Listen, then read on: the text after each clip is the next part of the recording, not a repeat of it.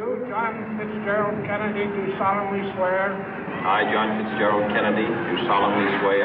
That you will faithfully execute the office of President of the United States. That I will faithfully execute the office of President of the United States. And will, to the best of your ability. And will, to the best of my ability. Preserve, protect, and defend the Constitution of the United States. Preserve, protect, and defend the Constitution of the United States. So help you God. So help me God.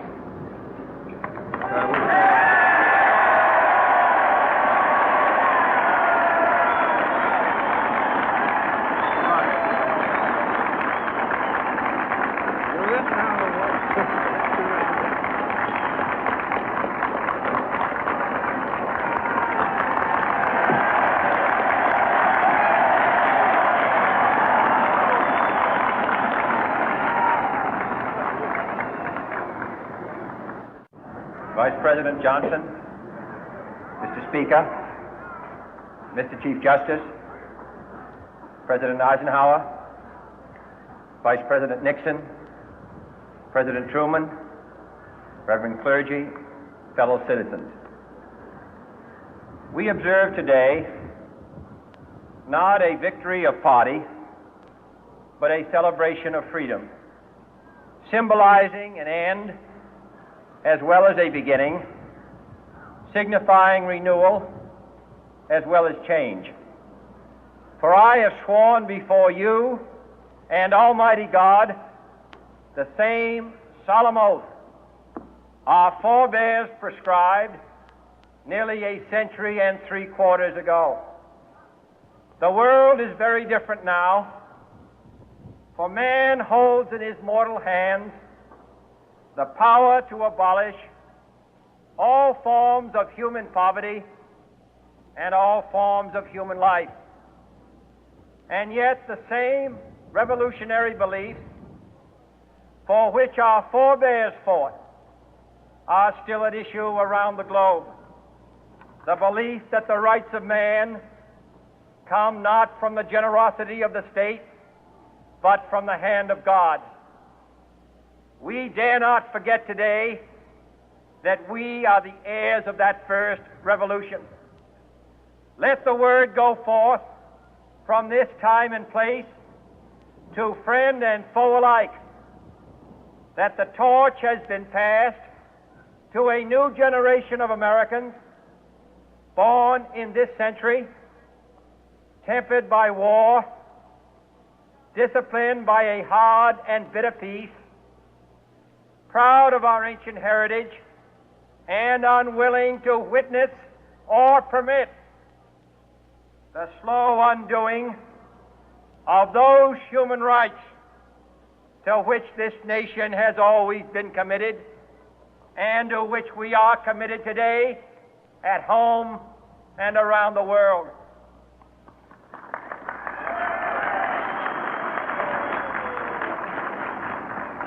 Let every nation know, whether it wishes us well or ill, that we shall pay any price, bear any burden, meet any hardship, support any friend, oppose any foe to assure the survival and the success of liberty.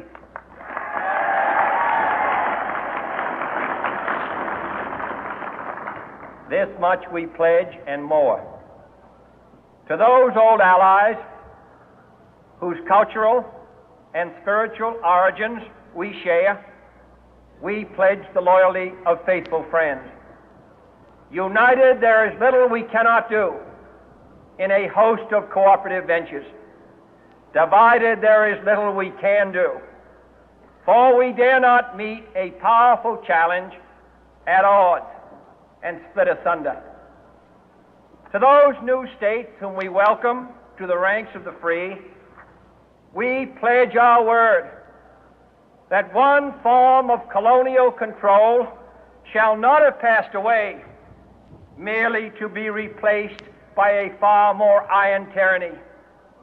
We shall not always expect to find them supporting our view, but we shall always hope to find them strongly supporting their own freedom, and to remember that in the past, those who foolishly sought power by riding the back of the tiger ended up inside.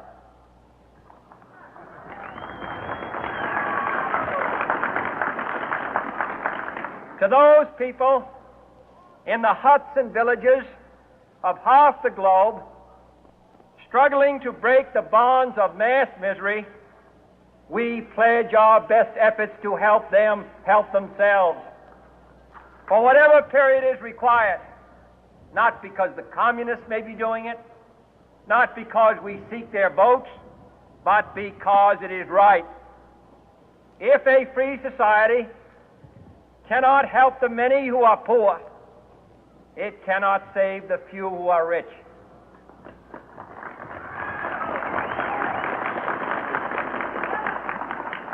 To our sister republics south of our border, we offer a special pledge to convert our good words into good deeds, in a new alliance for progress, to assist free men and free governments in casting off the chains of poverty. But this peaceful revolution of hope cannot become the prey of hostile powers.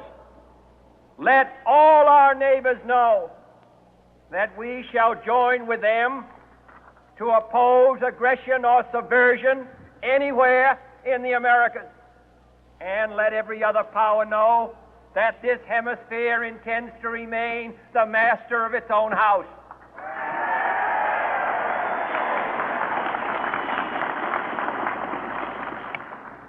To that world assembly of sovereign states, the United Nations, our last best hope, in an age where the instruments of war have far outpaced the instruments of peace, we renew our pledge of support to prevent it from becoming merely a forum for invective, to strengthen its shield of the new and the weak, and to enlarge the area in which its writ may run. Finally, to those nations who would make themselves our adversary, we offer not a pledge, but a request that both sides begin anew the quest for peace.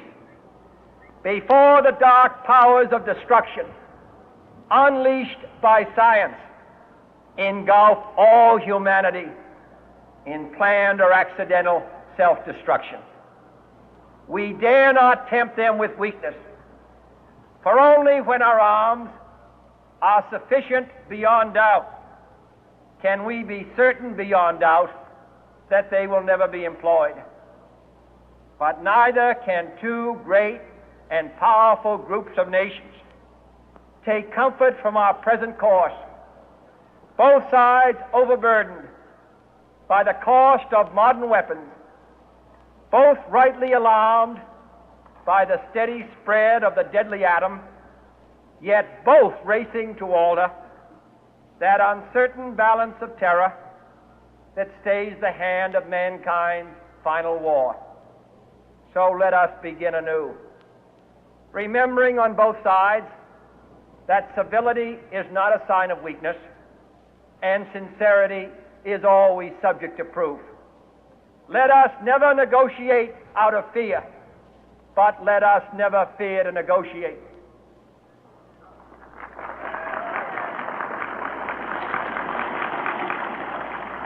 Let